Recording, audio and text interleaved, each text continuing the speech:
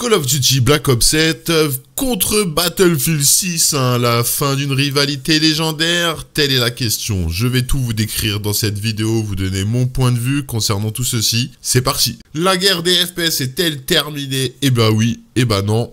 C'est la question à 100 points pour aujourd'hui. Salut à tous et bienvenue sur la chaîne. Aujourd'hui, on va plonger dans l'éternelle rivalité entre Call of Duty et Battlefield. Mais cette fois, je pense qu'on assiste à un tournant historique, car la bêta de Call of Duty Black Ops 7 bat son plein et Battlefield 6 arrive juste après. Prêt à tout casser, mais est-ce qu'il y a vraiment un débat? Eh oui, il y a un spoiler que je vais vous annoncer. Je pense que c'est une victoire écrasante pour l'un des deux. Installez-vous confortablement. Prenez vos snacks et on va disséquer tout ça ensemble. Si vous aimez les analyses FPS, n'oubliez pas de liker, de vous abonner et de partager vos avis dans les commentaires. Allons-y. La bêta de Black Ops 7, après avoir analysé les reviews, rien de nouveau sous le soleil. Et oui, beaucoup le disent, surtout des gros créateurs, je ne citerai pas de nom, mais j'ai pu voir pas mal de reviews de presse les concernant en disant ouais, c'est rien de nouveau, réellement, je suis pas convaincu. Battlefield 6 m'a énormément surpris. Par contre, Call of Duty, ok. Alors, parlons d'abord de Call of Duty Black Ops 7. La bêta est en cours et je vais être honnête avec vous, je n'y ai pas encore joué, bien sûr. Oui, je sais, quelqu'un m'a même envoyé un code. Merci à toi, tu te reconnaîtras. Mais je n'ai pas pris la peine de le télécharger. Et pourquoi? Parce que je sais exactement à quoi m'attendre. Depuis Modern Warfare 2019, chaque Call of Duty suit la même recette. Vous changez quelques animations, vous ajoutez des kill streaks différents, peut-être un nouveau système de mouvement ou un léger tweak ou de gameplay. Mais en fond, c'est toujours la même chose. Pourquoi je suis si sûr de moi? Pour deux raisons que je vais vous donner. Donc le matchmaking basé sur les compétences, les CBMM, ils appellent ça, ce système qui existe depuis des années, rend les parties frustrantes pour les joueurs compétitifs. Et si vous êtes bon, attendez-vous à des lobbies où tout le monde transpire comme un tournoi pro, pas de fun, juste du stress et des cheaters qui ont déjà été bannis des infos qu'on a obtenues. Rentrons dans l'assistance de la visée surpuissante. Si vous jouez à la souris et au clavier, bonne chance. Les joueurs de la manette dominent grâce à un AIM assist qui frôle l'injustice. Et oui, voilà, comme tous les jeux malheureusement. Ces deux éléments forment une combinaison toxique qui empoisonne l'expérience de Call of Duty. J'ai regardé des streams, des vidéos YouTube de joueurs talentueux, des pros du clavier souris et franchement on dirait qu'ils se font aspirer l'âme pour un détraqueur de Harry Potter. Pas de Patronus en vue pour les sauver. Ils ont l'air vaincus, déprimés, déçus et je ne suis même pas surpris parce que c'est toujours la même histoire avec COD. Allez, on rentre dans le cycle infernal de Call of Duty. On a pas mal de choses à vous dire. Ce qui me sidère dans tout ça, c'est que chaque année, on tombe dans le même piège. Ce cycle de Call of Duty, c'est presque une blague à ce stade. Un nouveau code est annoncé et tout le monde s'emballe. Cette fois, c'est la bonne. La bêta arrive, les gens jouent et là, c'est la douche froide. Bon, il y a des problèmes, mais ils vont les corriger. Non. Telle est l'interrogation. Le jeu sort et surprise. C'est exactement la même chose que la bêta. Les joueurs se sentent vidés, déprimés et passent 9 à 10 mois à attendre le prochain opus en espérant que cette fois-ci ce sera différent. Et puis, rebelote, on recommence. Ce cycle, c'est l'espoir mal placé. Les joueurs s'accrochent à l'idée que Call of Duty va changer, mais les problèmes fondamentaux, le CBMM, l'AIM Assist, la monétisation agressive, sont gravés dans l'ADN du jeu. Vous savez ce qui m'a choqué récemment quand j'ai pu voir ça? Ils mettent des pubs pour des skins dans le menu de création de classe. Sérieusement. Code, donnez-nous une pause, s'il vous plaît. C'est comme si Call of Duty n'était plus un jeu, mais un algorithme conçu pour garder les accros.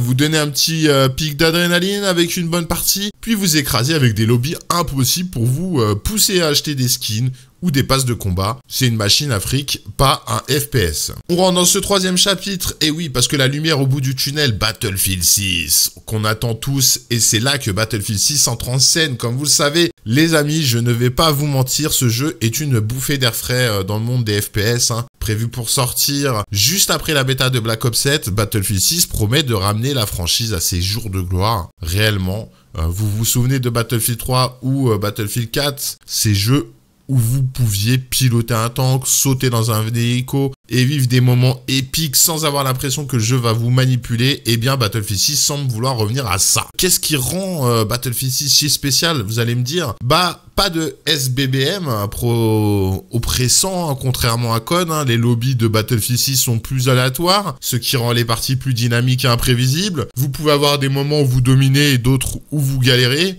Mais c'est ça, le fun d'un FPS avec beaucoup de joueurs. Malheureusement, le 128 joueurs fait sa disparition et c'est un gros clash sur ce problème. J'espère que des maps seront amenées avec ce système-là. Un meilleur équilibre crossplay. Et oui, les développeurs ont bossé dur pour que les joueurs sur PC, console, clavier ou manette aient une expérience équitable. Et oui, bah ils ont dissocié le crossplay. Les joueurs PC joueront contre joueurs PC et les joueurs console joueront contre joueurs console. Voilà, il n'y aura plus de problème, il n'y aura plus de soucis. On sera pas en mode de dire « Ah, il a un aim assist !» Bah ouais, mais non, parce que maintenant il y a... Bon, c'est comme ça. Une ambiance retrouvée après les déceptions de Battlefield 2042, hein, bien que moi j'ai passé des super moments dessus à rigoler, à glitch sous la map, à tuer des joueurs sous la map.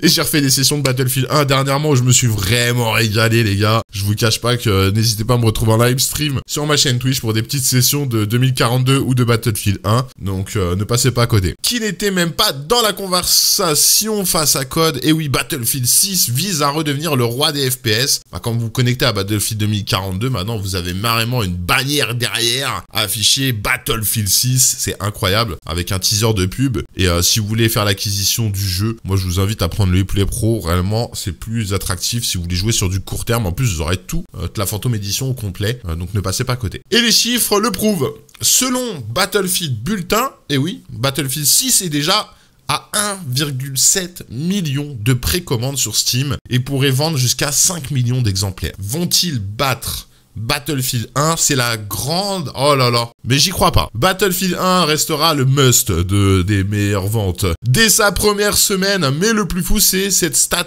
29% des joueurs de Call of Duty qui ont testé la bêta ouverte de Battlefield 6 n'ont pas repris code le mois suivant des analyses qui ont été faites sur le Battlefield Bulletin. Vous réalisez à quel point c'est énorme quand même. C'est un tremblement de terre dans la communauté des FPS. Faut pas se cacher, c'est strictement la vérité. Pourquoi Battlefield 6 a une longueur d'avance? Alors, on va rentrer là-dedans parce que pourquoi Battlefield 6 semble-t-il avoir l'avantage? D'abord, il faut parler des problèmes. Oui, Battlefield 6 en a, personne ne dit le contraire.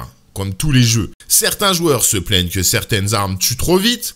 On a vu la découverte du fusil à pompe qui one-shot et tout, même à 25 mètres. Ou que l'équilibre des véhicules, comme les hélicos qui défoncent les tanks, n'est pas encore parfait. Bon, mais voilà la différence, ces problèmes sont réparables. Hein. Ce sont des ajustements numériques, des tweaks que les développeurs peuvent tester dans Battlefield Labs et déployer via des mises à jour rapides. Comparé à ça, Call of Duty, hein, les problèmes de code ne sont pas juste des chiffres à ajuster. Hein. Le SBMM, excusez-moi, ils ne vont pas le retirer, c'est la base de leur modèle hein, pour garder les joueurs occasionnels. L'assistance à la visée, ils ne vont pas la nerfer, ça risquerait de fâcher les joueurs sur console qui sont une énorme partie de leur audience. Ces problèmes structurels ancrés dans la philosophie même du jeu. Et puis, il y a l'approche de Battlefield 6 qui donne l'impression d'être un jeu fait avec passion, qui va offrir une expérience authentique avec des nouveaux systèmes, des breaches de murs, beaucoup de choses qui font leur apparition qu'on n'a jamais vu dans d'anciens Battlefield. Pas de pub intrusive dans les menus, pas de manipulation constante pour vous pousser à dépenser. C'est un jeu qui respecte ses joueurs. Et franchement, dans un monde où COD semble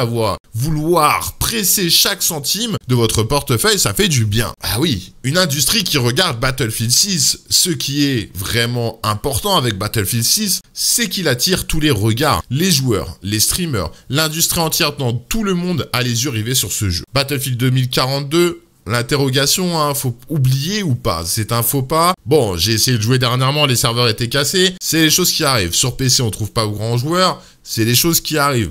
Bon, Battlefield 1 est là pour combler ce manque. Je vous cache pas que je passe des bonnes sessions dessus. Oubliez pas, c'est un faux pas. Hein. Battlefield 5, pas dans la conversation. Oui, telle est l'interrogation. Mais Battlefield 6, c'est le sujet du moment. Et ça va au-delà des chiffres de précommande. Ce jeu a le potentiel de redéfinir ce qu'on attend d'un FPS. Réellement, de mon point de vue. Imaginez des cartes gigantesques, des batailles, attention, avec 64 joueurs et non 128, bien que on va peut-être avoir une nouvelle prochainement. J'attends juste des retours de mes demandes que j'ai fait sur Reddit. Des véhicules qui s'intègrent parfaitement au gameplay et une liberté que Call of Duty ne pourra jamais offrir avec ses petites arènes et son rythme frénétique. Je ne dis pas que Battlefield 6 sera parfait dès le lancement, loin de là. On sait tous que les lancements de Battlefield peuvent être chaotiques. Coucou Battlefield 4 et ses serveurs en carton à l'époque, même si Battlefield 6 a un lancement difficile, sa fondation est tellement plus solide que celle de Black Ops 7 que ça devient un jeu qui va innover, pas juste recycler. Beaucoup de personnes m'ont posé l'interrogation sur le Discord, pourquoi je ne jouerai pas à la bêta de Black Ops 7. Revenons en arrière à Black Ops 7, comme je l'ai dit, j'ai un code pour la bêta. Je ne sais même pas si je vais l'utiliser, franchement, même l'idée pour du